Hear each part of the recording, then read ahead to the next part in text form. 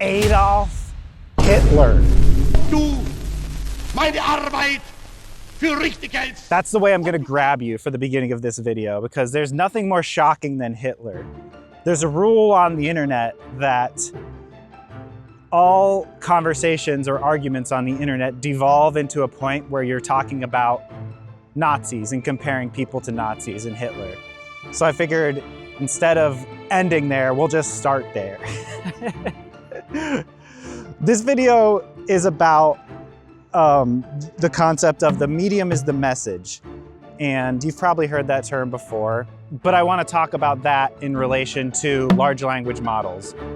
What is the message? Hitler, his medium was the radio. The radio was brand new at that time, and he was famous for getting on the radio and talking to the population. And it felt like Hitler was in your living room. Hitler was speaking directly to you. There was this idea of the radio being a one-to-many platform. If you picture that, like just one person, and then I picture like a large funnel out and seeing everyone. And so at the time, after even during the war, people saw the radio as an inherently fascistic medium because of this one-to-many dynamic. They said that the way that it focuses the power on one person actually manifests fascist communities or populations. They were worried that the same thing that happened to Hitler would happen to England with Winston Churchill. They thought that that would result in a fascist England. So this is what the idea of the medium is the message is. This encapsulates that idea. That's a phrase that the media theorist Marshall McLuhan came up with.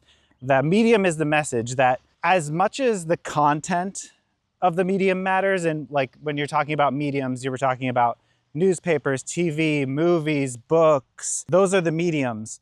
But the way that those mediums are shaped, the limitations of each of those mediums matter more than the content of those mediums, because the content is constricted and shaped by the limitations of that medium.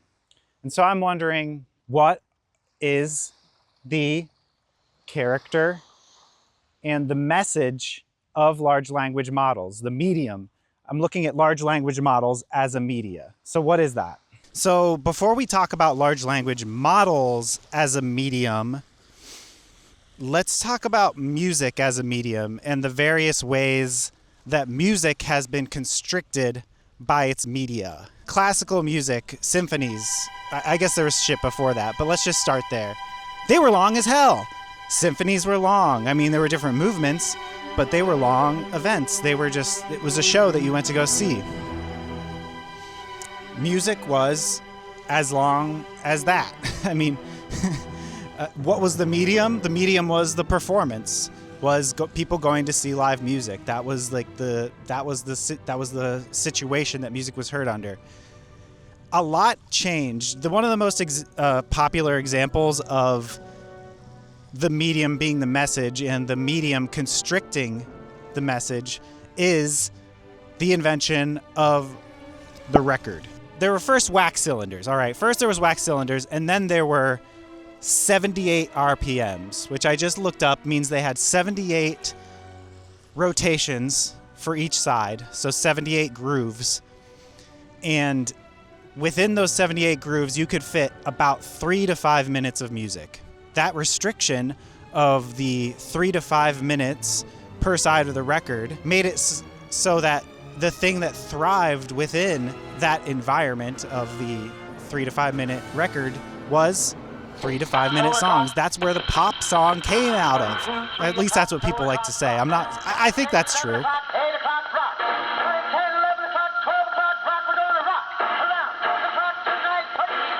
We wouldn't have 3 to 5 minute pop music if it weren't for the medium of the 78 RPM record, which restricted it. Records did actually get longer. The 78 went extinct, and they made longer and longer records where on each side you could fit about, I think, like 25 minutes or something. I'm not really sure.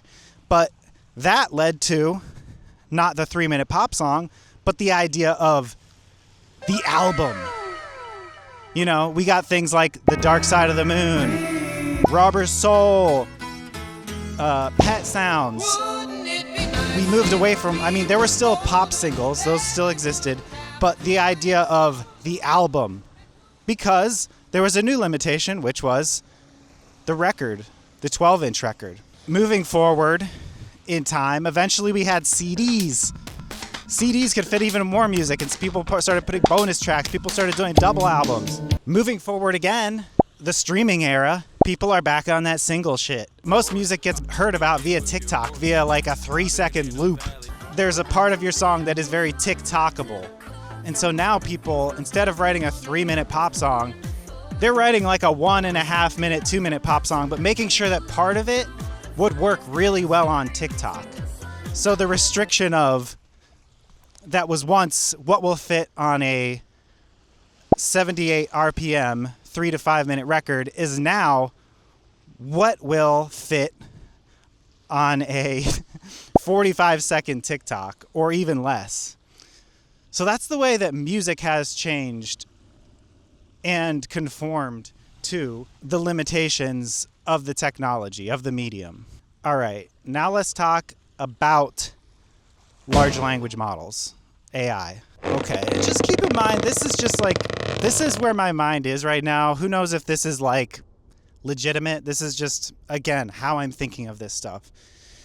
So, large language models, let's talk about them as a medium, because I think that they are pieces of media. I think if we look at them as in the legacy of radio, TV, movies, the internet, now large language models, I think that's the appropriate way to look at them. And I just want to say really quickly, the media is an extension of ourselves. The media is the way that we connect to one another.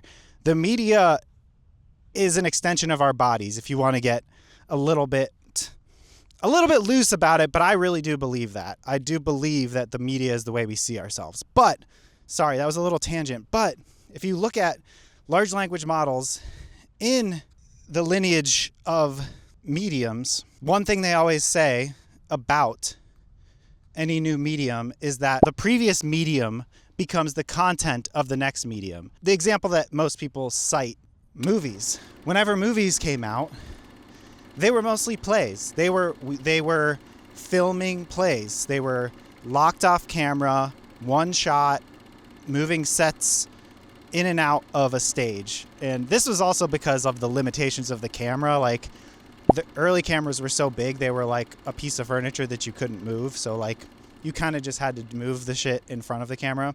But the important part is that all of these plays that we had been performing for hundreds of years were now being filmed and were part of movies.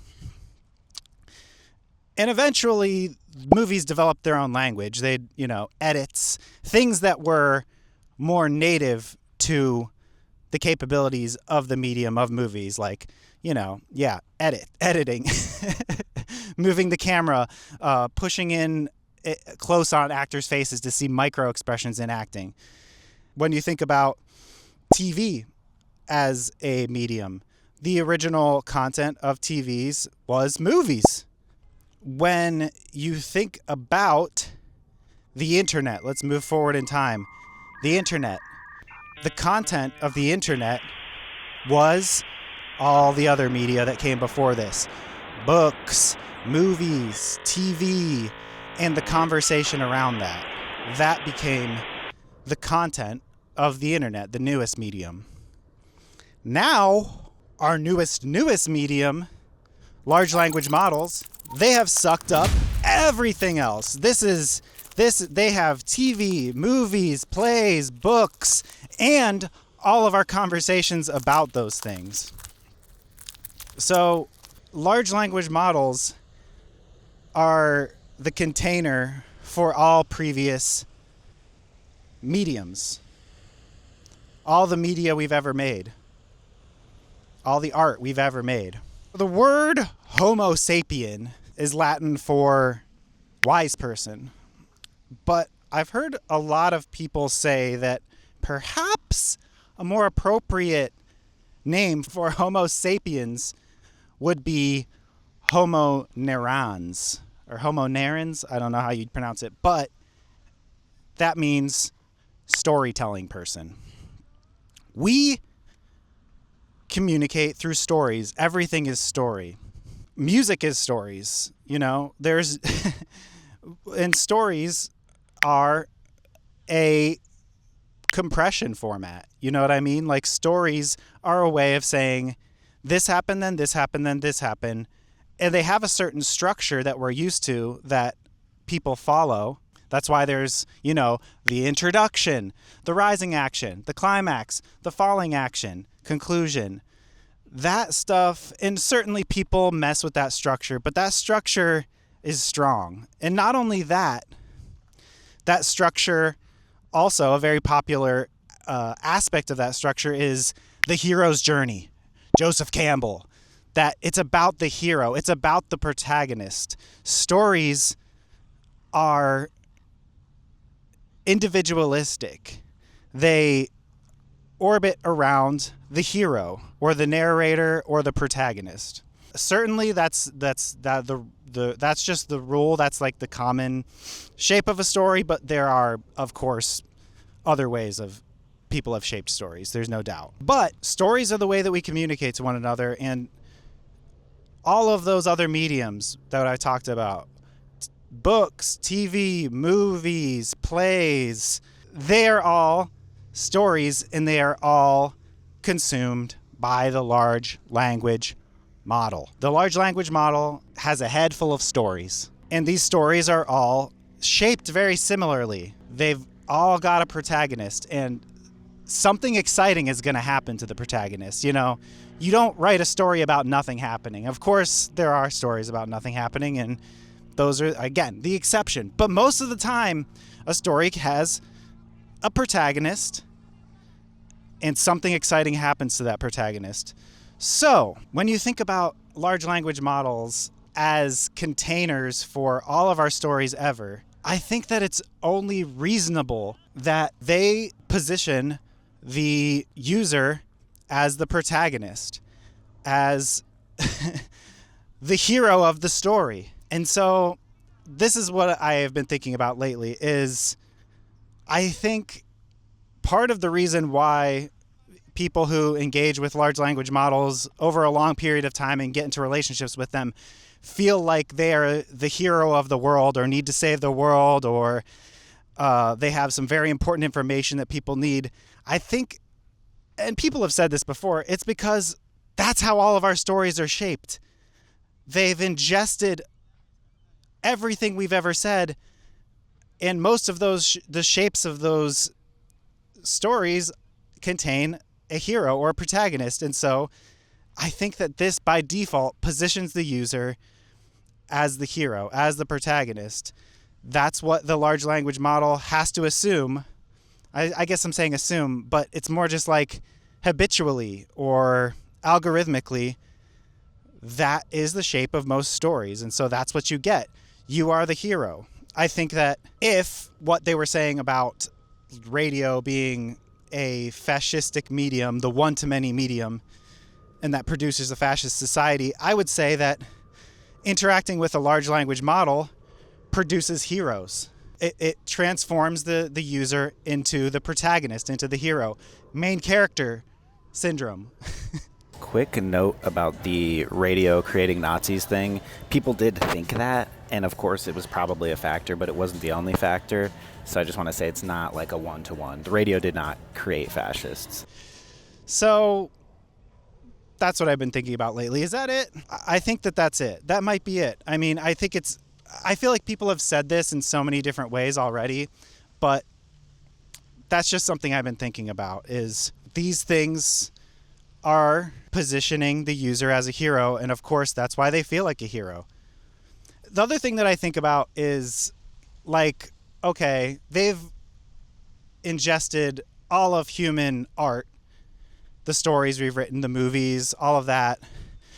But they're also ingesting the content of the internet, which isn't necessarily in the shape of a story. It's like more like arguments on message boards, random stuff. So, I mean, I wonder if my theory is even valid. Like, eventually, the content that they ingest will be more on the side of that. Like, more that the traditional stories, movies, TV, and stuff with a traditional narrative structure and a protagonist, perhaps eventually won't be the majority of the material that large language models are trained on. And maybe that will shift. But then you could say, well, as human beings, we are exposed to stories our whole lives. And so whenever we talk from our perspective, we are in a way already acting as heroes in this world, because it's not just large language models that make people feel like heroes. It's the fact that we've consumed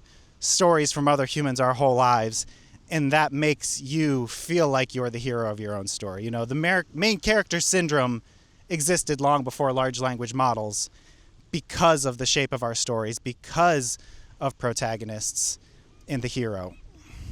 But I do think that large language models are like that on steroids. I was trying to think of a better way to say that, but I think that they amplify that feeling of being the hero. They encourage it, you know, even to a point that's delusional in a lot of people. So yeah, that's the thing I've been thinking about lately. This is another Ryan's rant. That's just what I've been thinking about lately. If you want more content like this, please join my Patreon. It's $5. It's got everything I've ever posted on this for this podcast up there without commercials. And if more people join, I will do more and more stuff for the Patreon. My life doesn't cost very much money. I live in a van. I don't consume very much. So it would be really awesome if I could support myself by just like making shit that I actually want to make. So yeah, subscribe to the channel, hit the notification bell. And until next time, spiral safely.